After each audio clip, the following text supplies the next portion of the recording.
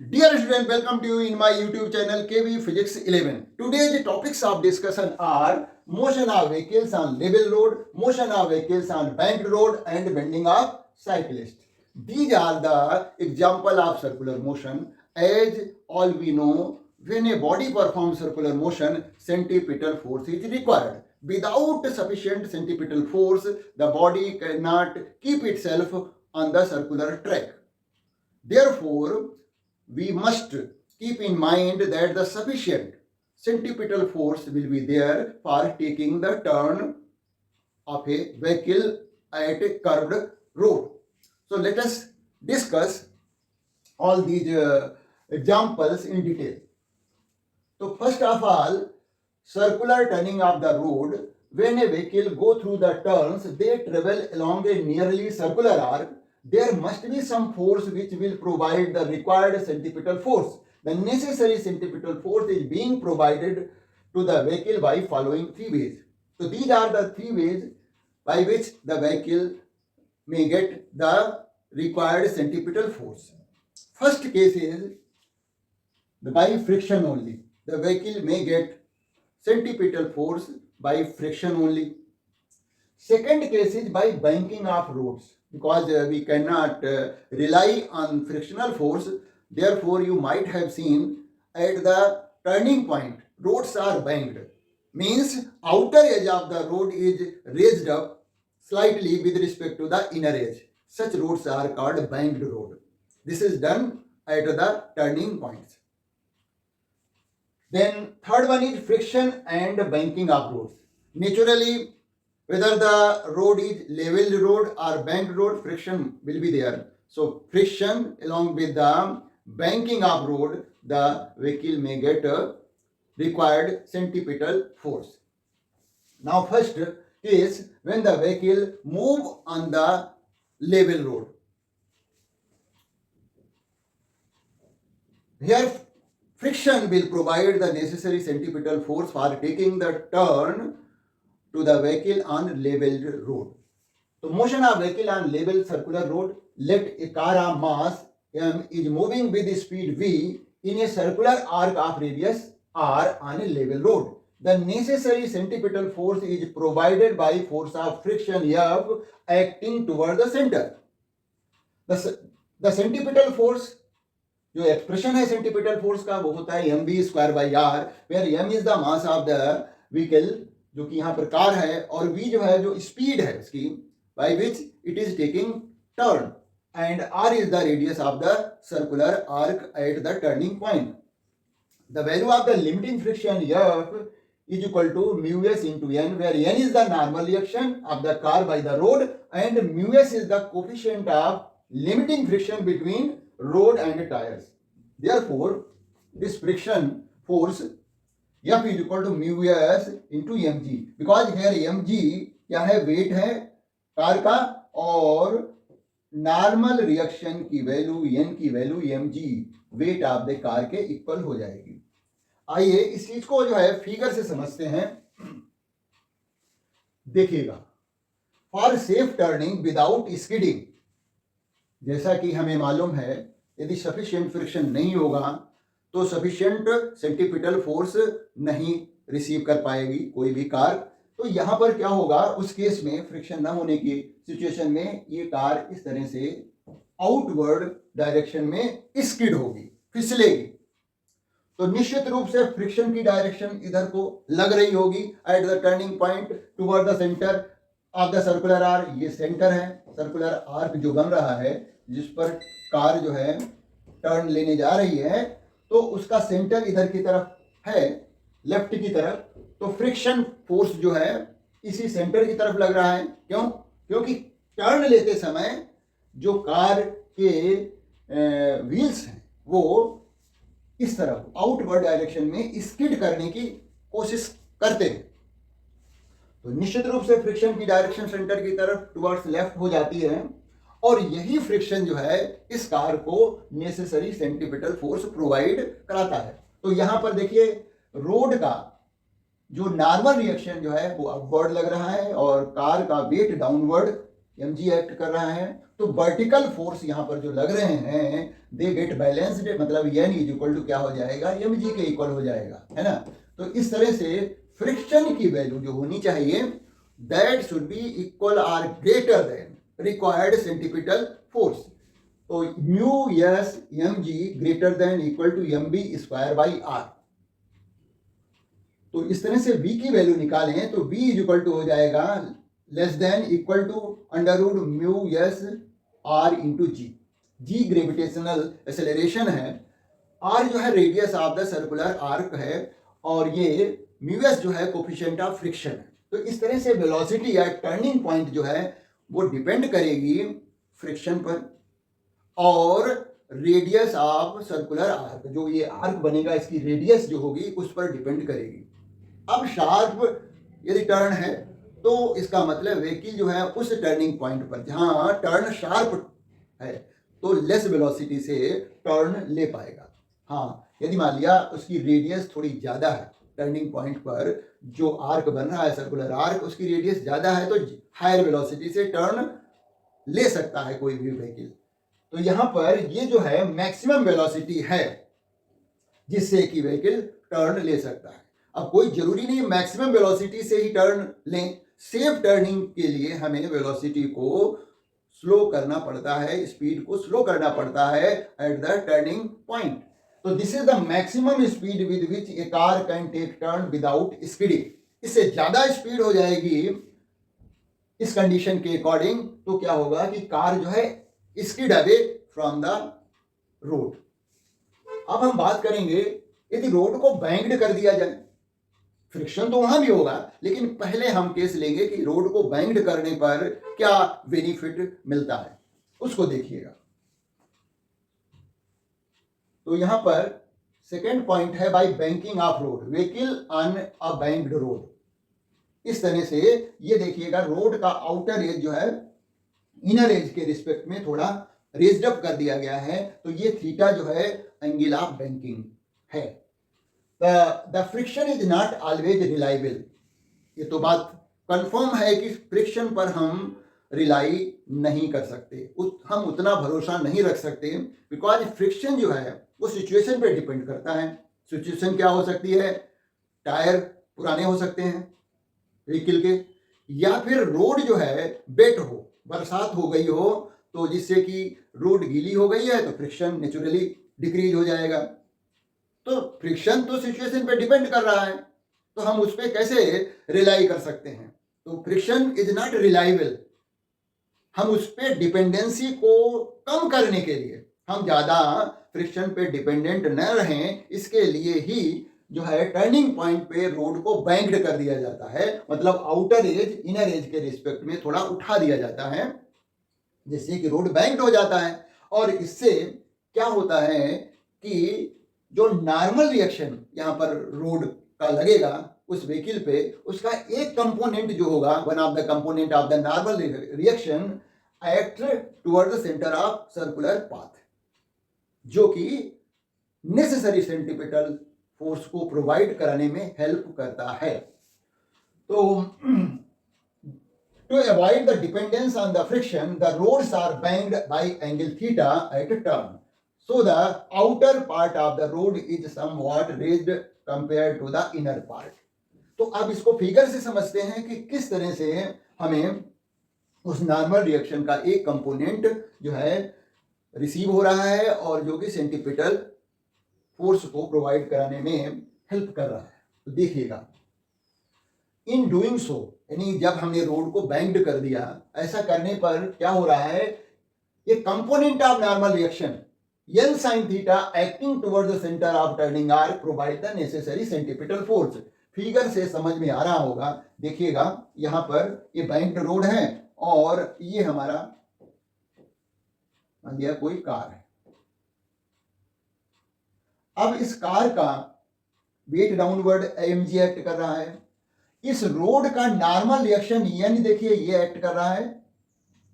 तो इस तरह से जो बैंकिंग एंगल ऑफ बैंकिंग है वो एंगल थीटा वो इस एंगल के इक्वल हो जाएगा। ये हम ऑलरेडी बता चुके हैं कि कैसे ये एंगल इसके इक्वल हो जाता है। इसका वर्टिकली अपोजिट एंगल ये थीटा हो गया। तो ये एंगल जब थीटा है तो हम इस n को नॉर्मल रिएक्शन को टू रेक्टेंगुलर कंपोनेंट में रिजॉल्व कर सकते हैं। एक तो ये वर्टिकल डायरेक्शन में n cos थीटा हो जाएगा और दूसरा जो कंपोनेंट है n का वो इस तरफ n sin थीटा होगा, जो कि इस सर्कुलर टर्न का सेंटर है। इधर की तरफ क्या है, ये सेंटर है। इसी सेंटर की तरफ जो है ये component n sin theta act कर रहा है, जिससे कि हमें n sin थीटा जो कंपोनेंट है वो रिक्वायर्ड सेंटीपिटल फोर्स प्रोवाइड कराएगा।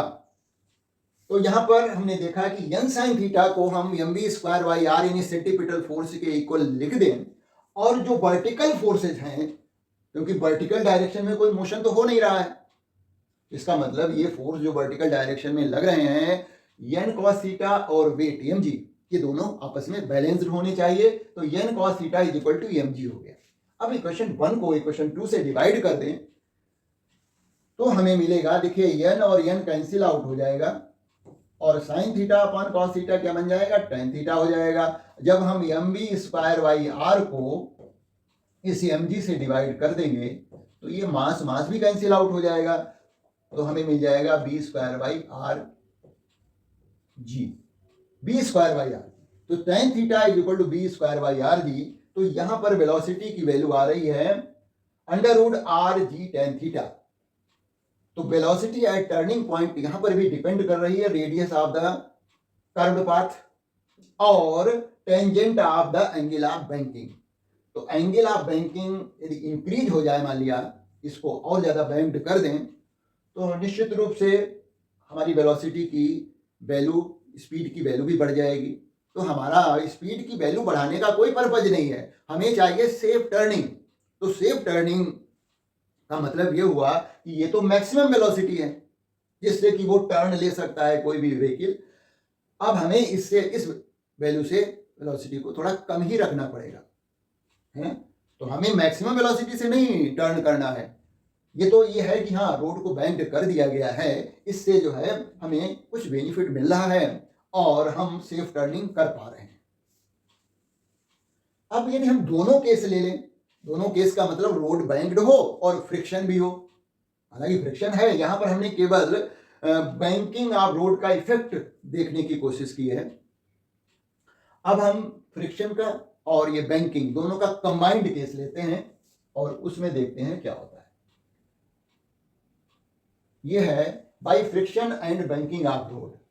If a car is taking turn on banked road, there is a frictional force between car and road also. तो फ्रिक्शन तो होगा ही होगा। तो ये component of normal reaction n and frictional force F provide the necessary centripetal force. अब क्या हो गया, फ्रिक्शन भी आ गया है और जो नॉर्मल रिएक्शन का एक कंपोनेंट सेंटर की तरफ लग रहा है वो भी लग रहा है। मतलब हमें डबल बेनिफिट हो रहा है, फ्रिक्शन का भी एक कंपोनेंट हमें मिल पा रहा है और एक नॉर्मल रिएक्शन का भी कंपोनेंट मिल पा रहा है। फिगर से समझे देखिएगा तो फिगर से बात क्लियर हो जाएगी। ये बैंक्ड रोड पर व्हीकल है, कार है। नॉर्मल रिएक्शन का ये वाला कंपोनेंट जो कि सेंटर की तरफ लग रहा है वो n sin थीटा है और जो वर्टिकल डायरेक्शन में कंपोनेंट है n cos थीटा है और इस व्हीकल का वेट जो है वो डाउनवर्ड mg एक्ट कर रहा है। अब फ्रिक्शन को देखें इस फिगर से, देखिए फ्रिक्शन रोड के अलोंग लगेगा, ये डायरेक्शन है फ्रिक्शन की अलोंग द रोड, और ये जो थीटा है एंगल ऑफ बैंकिंग, वही एंगल ये भी होगा क्योंकि यहां पर तो ये अल्टरनेट एंगल बन रहे हैं, this theta is equal to this.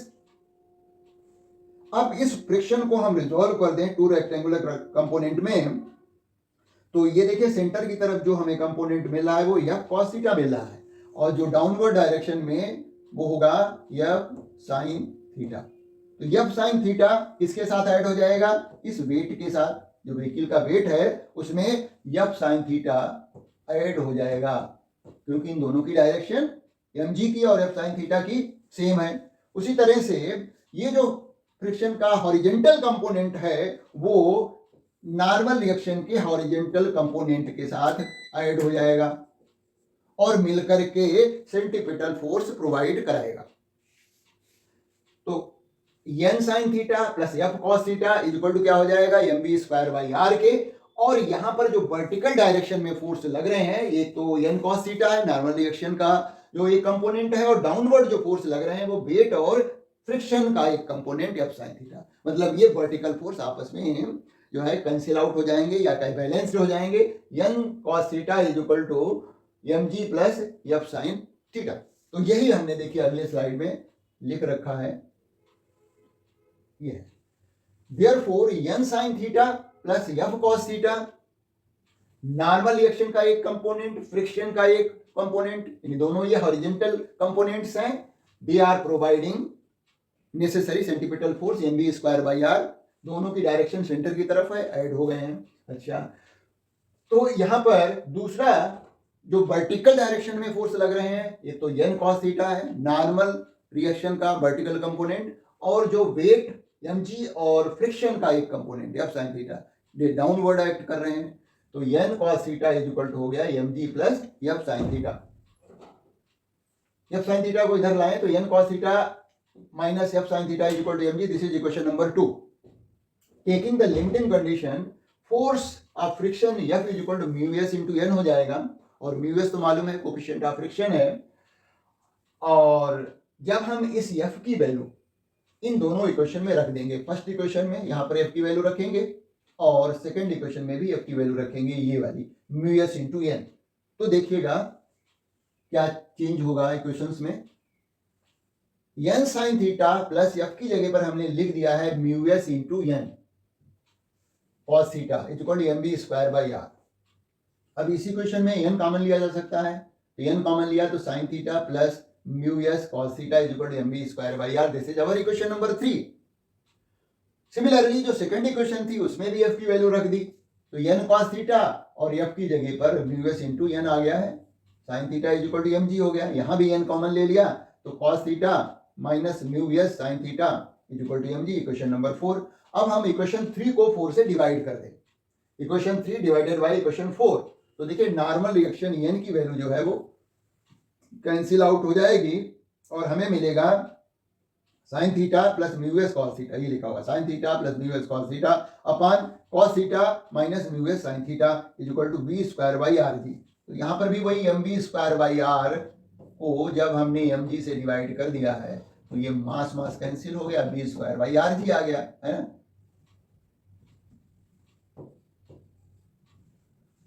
अब हम थोड़ा इसको चेंज कर ले फॉर्मूले को, तो हम वेलोसिटी की वैल्यू निकाल लेंगे। देखिएगा मतलब हम क्या करेंगे, क्रॉस मल्टीप्लाई करेंगे तो आर जी इधर आ जाएगा और बी स्क्वायर की वैल्यू निकाल लेंगे इसका स्क्वायर रूट निकाल करके। तो b max is equal to under root r g into sine theta plus mu S cos theta upon cos theta minus mu s sine theta. इसको भी हम मॉडिफाई कर सकते हैं थोड़ा, क्या कि यहां पर ऊपर न्यूमरेटर और डिनोमिनेटर में कॉस थीटा कॉमन ले लें तो अंडर रूट देखिएगा आर जी तो है ही है, हमने क्या किया कॉस थीटा कॉमन ले लिया, तो यहां पर sine theta upon cos theta यहां पर आएगा तो ये टेन थीटा हो जाएगा और प्लस म्यू एस हो जाएगा, क्योंकि कॉस थीटा तो कॉमन में चला गया, अपॉन कॉस थीटा डिनोमिनेटर में भी कॉमन लिया तो कॉस थीटा कॉमन आ गया तो 1 बचा यहाँ पर minus mu S tan theta. तो यहाँ पर भी sine theta upon cos theta हो गया, ये कॉस थीटा कैंसिल हो जाएगा तो हमें मिलेगा R G mu S tan theta upon 1 minus mu S tan theta. ये मैक्सिमम वेलोसिटी है, this is the maximum speed at turning point without skidding. Without skidding किए हुए व्हीकल जो है, कार जो है वो टर्न ले सकती है इस वेलोसिटी से।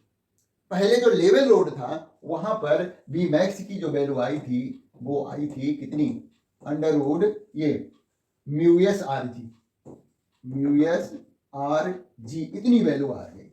अब क्या हुआ देखिएगा, वेलोसिटी उससे ज्यादा आ रही है ना, क्योंकि उसमें टेन थीटा और ऐड हो रहा है, डिनोमिनेटर में ऐसी क्वांटिटी है जो 1 से लेस होगी, 1 माइनस किया जा रहा है, जिससे कि ओवरऑल जो है वेलोसिटी लेवल रोड के कंपैरिजन में यहाँ पर ज्यादा आएगी। मतलब यदि रोड बैंक्ड है, फ्रिक्शन भी सफिशिएंट है, तो क्या होगा कि व्हीकल्स जो हैं वो लार्ज वेलोसिटी से टर्न ले पाएंगे, मतलब मोर सेफली टर्न ले पाएंगे हमारा पर्पज मैंने कहा कि स्पीड बढ़ाना नहीं है, सेफली टर्न करना है।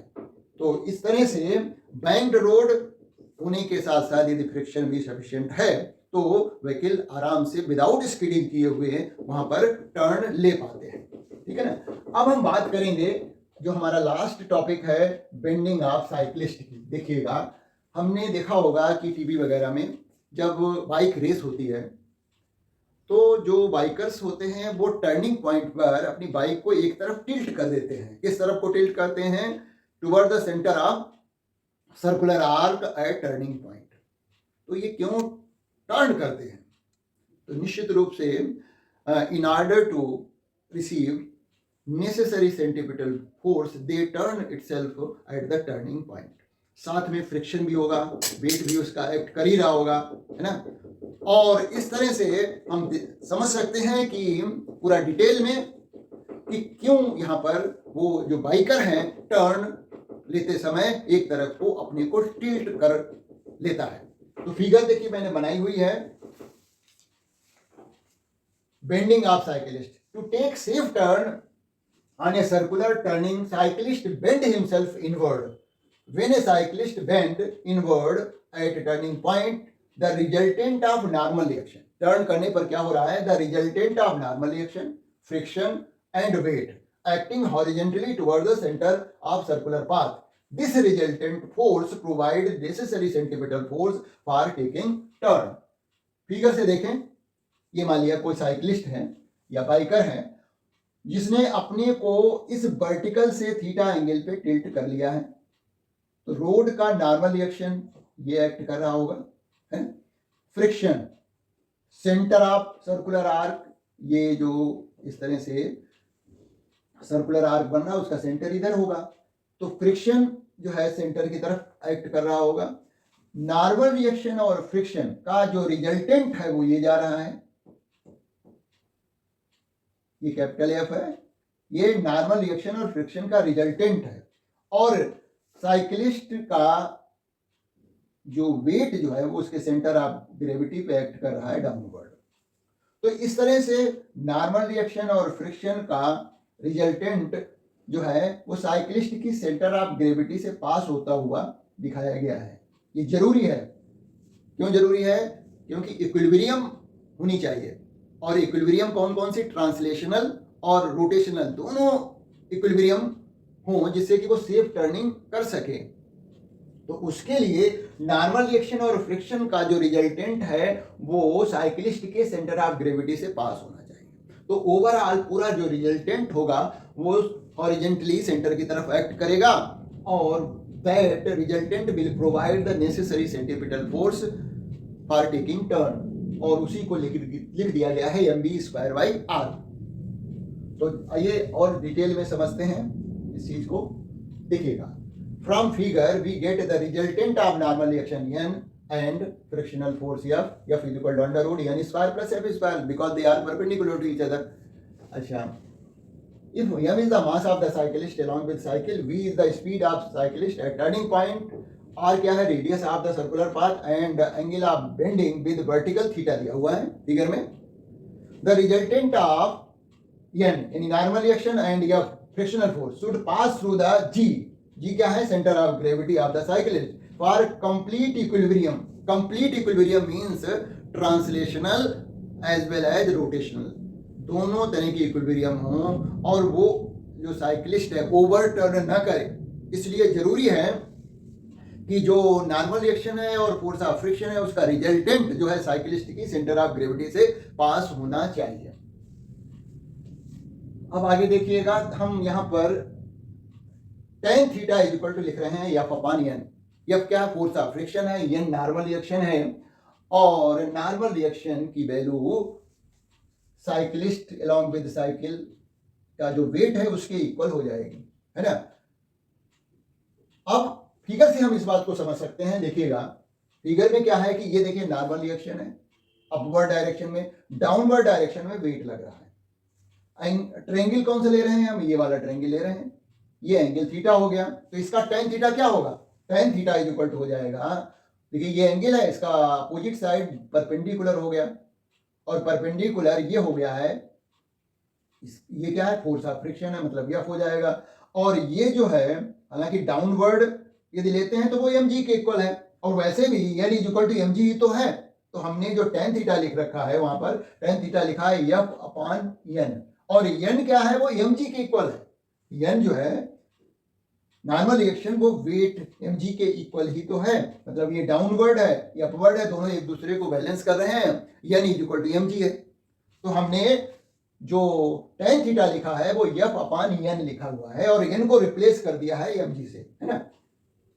तो देखिएगा ये है tan theta is equal to है F upon n, very F जो है mv स्क्वायर बाई r है, और n जो है वो mg है। तो इस तरह से जब हमने इसको डिवाइड किया है ना, तो वैल्यू मिल रही है, F की वैल्यू रख दी mv स्क्वायर बाई r, और n की जगह mg रख दिया, तो tan theta is equal to v square by rg by the definition of angle of friction, है ना। tan थीटा की वैल्यू म्यू एस के इक्वल हो जाएगी, इज इक्वल टू हो जाएगा v स्क्वायर बाई rg। तो इस तरह से स्पीड की वैल्यू आ गई v is equal to under root mu s rg, क्योंकि म्यू एस जो है वो tan थीटा के इक्वल होता है एज पर the definition of angle of friction. Therefore, for safe turning, theta should be small. तो सेफ टर्निंग के लिए थीटा को स्मॉल रखना पड़ेगा, देखिएगा इस फिगर से, है ना। ये स्मॉल है तो वेलोसिटी भी स्मॉल होगी, tan थीटा जो जिस एंगल से वो टिल्ट कर रहा है अपने को विद रिस्पेक्ट टू वर्टिकल, तो उसकी वैल्यू स्मॉल है, तो भी उसी के अकॉर्डिंग होगी। दूसरा, इनवर्सली प्रोपोर्शनल टू है रेडियस ऑफ कर्व्ड पाथ।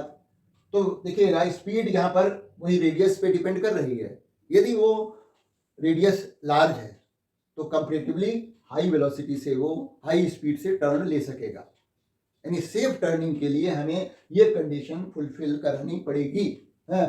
तो for safe turning theta should be small, so clearly the speed should be small and radius r of the curve path should be as large as possible at turning point. Turning point पर यदि हम radius को यानी large curvature के साथ turn करें तो हम सेफली आसानी से टर्न ले पाएंगे। तो this is all about the certain cases related to circular motion, जिसमें हमने समझा कि किस तरह से उस व्हीकल को सेंट्रीपिटल फोर्स मिल पा रहा है जिससे कि वो सेफली टर्न ले पा रहा है।